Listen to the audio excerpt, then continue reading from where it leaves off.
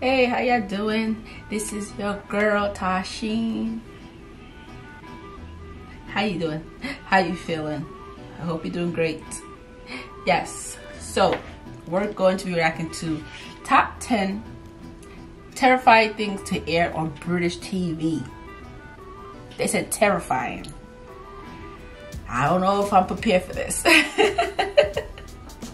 Because I reacted to some of the, what was it, British commercials, one of those creepy British commercials, and oh my God, that had me stressed out. Not just stressed out, but like, it was just so intense. Oh man, so let's get straight to this video. Oh man. This list, we're counting down films, individual episodes, serials, specials, and more that aired on TV in the UK and scared the living daylights out of us. Let us know in the comments what you thought was the most horrifying. Number 10, Doctor Who. She looks creepy. Are you in there, Mummy? Mummy? Though Doctor Who has been terrifying children and adults alike for 60 years, it's low on our list simply because everybody already knows how scary it can be.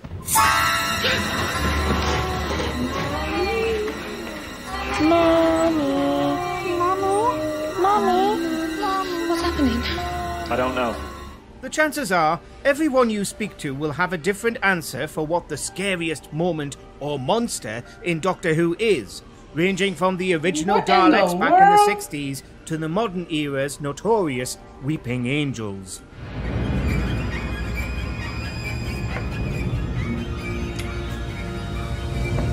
Her eyes, she didn't do that before.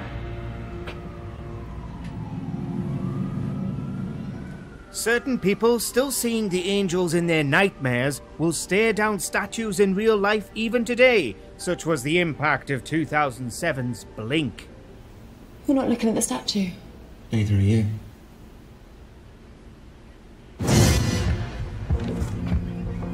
But there are many more frightening moments besides, with everything becoming a potential villain now, from broken clocks in Series 2 to dodgy Wi-Fi in Series 7 of the revival.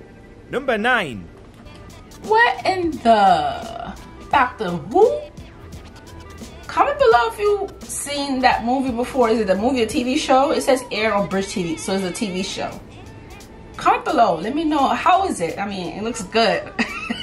But at the same time, I'm trying to stay away from watching those type of shows. I don't know. Watership Down. It's true that the original Watership Down was theatrically released, but it also had a TV show running on CITV between 1999 and 2001, plus an uncanny CGI remake that appeared on BBC One in 2018. In every case, it remains close to its grisly source material, Richard Adams' 1972 novel. The field, it's covered with blood. Blood? That is silly. Run! Why would you watch it?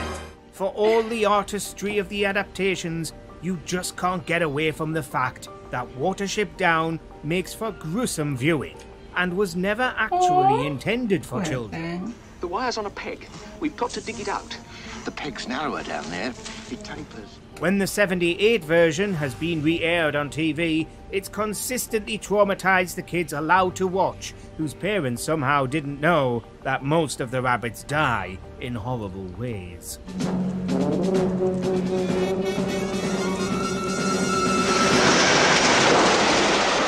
Number 8.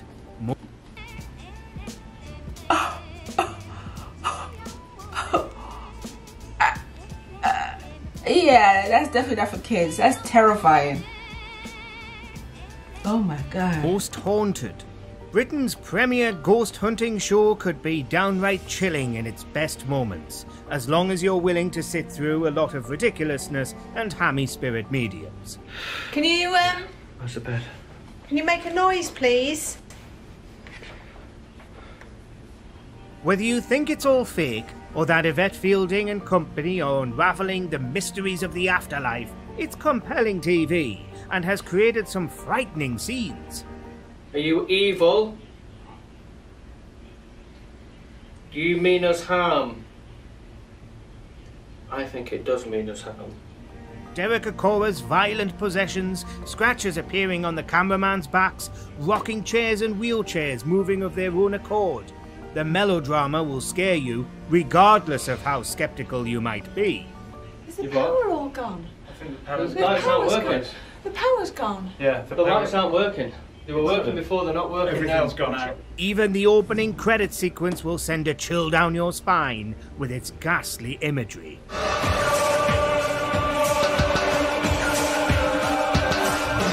Number 7.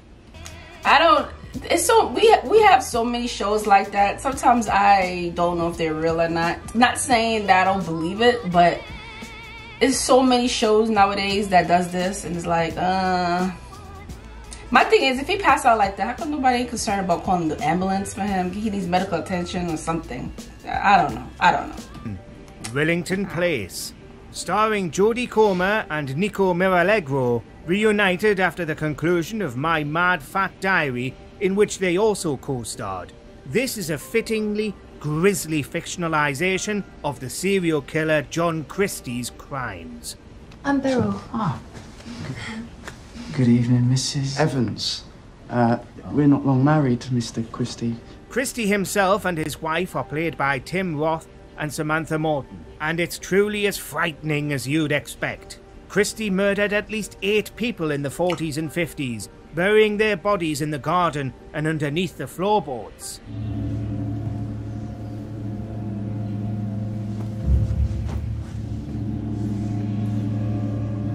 The story has an even darker twist, however, as Christie killed one of his tenants, Beryl Evans, played by Comer, but the police at the time hanged her husband for the crime. What's going on in there, eh? The room stinks of perfume. Judy. She left you a little present on the bed. Watch this harrowing drama at your own discretion.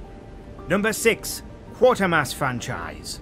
The Quartermas TV series aired sporadically on both the BBC and ITV between 1953 and 1979, following the exploits of Professor Bernard Quartermas as he investigates paranormal goings-on in the UK. Sounded more like a flying saucer scare. Lots of stuff about a light in the sky and smoke and... Hello? Only 10 minutes ago. The first serial was concerned with an alien invasion, brought to Earth by an unwitting and harrowed astronaut, and it immediately struck a chord. Smoke! Oh, it's going to go off. Come here, Len, come here. Shut up, it looks sort of like steam. All that just now, roaring flames. Oh, my God, Len, it's something dreadful. Come away, Len, you're out of your mind. Though it may be forgotten about today, it's well known among the creators of other subsequent science fiction horror franchises, from Doctor Who to The X-Files to Hammer Horror. Without the terrifying Quartermas serials of the 50s, we may never have had Doctor Who at all, though creator Nigel Neal reportedly didn't like the nation's favourite Time Lord. Terrifying, that's the word, terrified. There was this great blare of light, and then the whole neighbourhood sort of shuddered. Number 5. The End. Yo, some of these, and the music is making it worse. Oh man, some of these are creepy though, very creepy. Enfield Haunting. Enfield Haunting? Oh hell no. In the late 1970s, a modest council house in Enfield, London was plagued with a poltergeist that quickly became one of the most famous ghosts in all of England.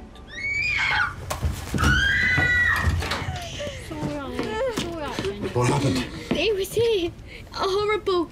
Oh man, I saw him through that. It was investigated by multiple figures over the course of 2 years, with just as many believing the story as those who derided it as a hoax. Oh no. I'm getting a bit long in the tooth for grandmother's footsteps. Oh no.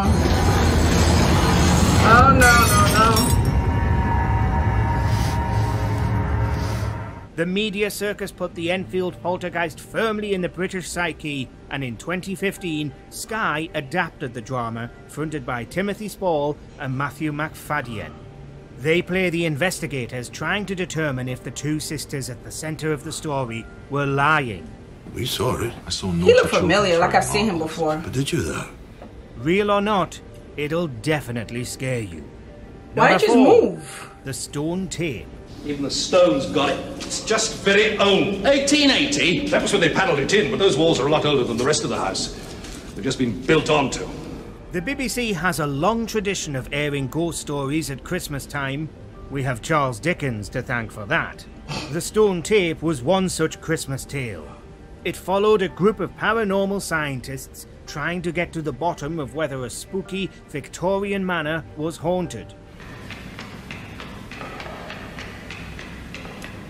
Oh no!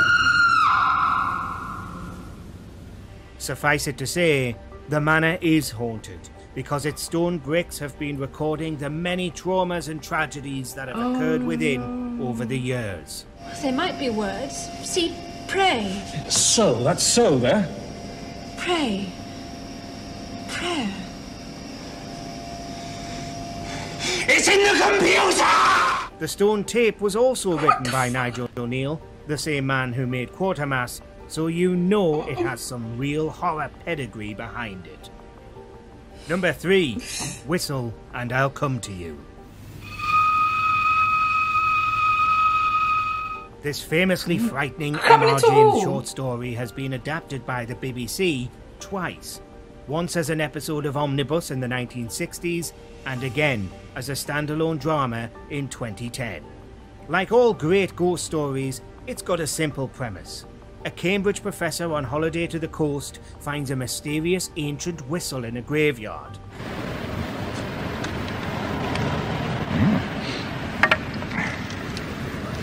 Find those keepers?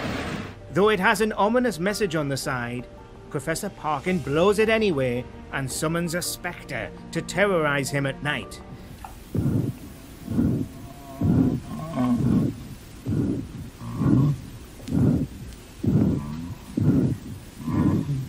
What is that? Whoa. Nah. The original story is terrifying, and so are all the adaptations, and you'll spend many sleepless nights afterwards wondering if you're truly alone in your bedroom. Number 2, Threads. At the time, Threads was so harrowing that long explainers about the effects and risk of nuclear war aired both before and after it. That's scary. That is scary because it's like you don't even know where to run to. Like, where you running? Like, where you gonna go? There's nowhere to go. If you have a bomb shelter, then you're I guess you're good. I guess you're safe if you have a bomb shelter. But like this situation, where you running to though?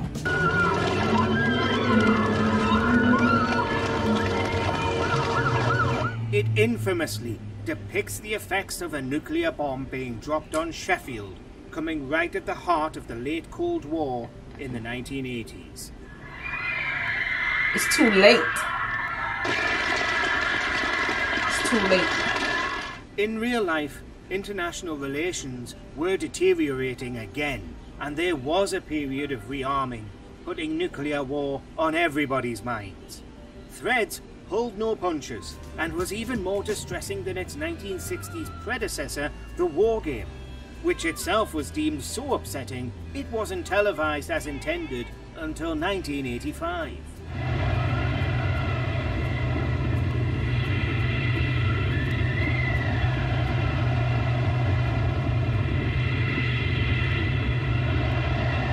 It was graphic and merciless, upsetting an entire generation of viewers.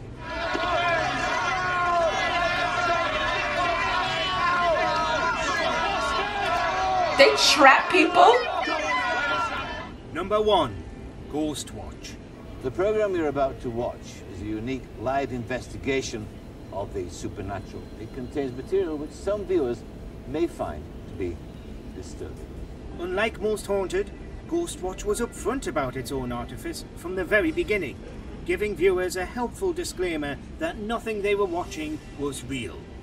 Unfortunately, no small number of people tuned in halfway through and didn't catch that. meaning they were under the impression that the flashy special effects and possessed actors they were watching were entirely real. Mom! Mom! Mom, he's back! He's back! Mom! Mom! Mom! Help me! Help me! Help me! Hosted by Wait, is that real? Because if you know that your house is haunted, first of all, why would you even stay in the house? I know, and everybody's fortunate to just get up and just go. But I'm sorry to say, this situation, I'm getting up and I'm gonna go. I don't care. I'll grab a few clothes and yeah, and that's it, and I'm out. Peace out. Like, what in the world?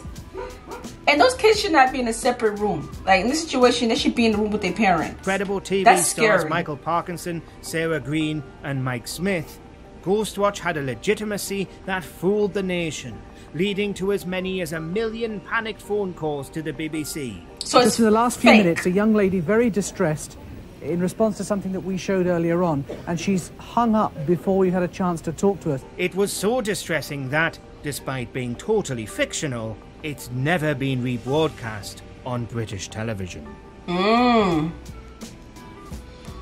Wow. So comment below, let me know if you agree with their picks. Have you seen any of these stuff? I don't know if I believe in some of them, because like I said, we have so many shows like that here. You don't even know what to believe anymore. You know, people do anything for views, people do anything for money. So it's like, you don't even know what's real and what's not real. So it's like, yeah, it's one of those. But this was very interesting. Wow. That is crazy. That is crazy. Well, anyway, make sure you comment below. Let me know if you see any of these shows. And make sure you subscribe to my channel. And check these videos out that I have here and here. And I'll see you later. Peace.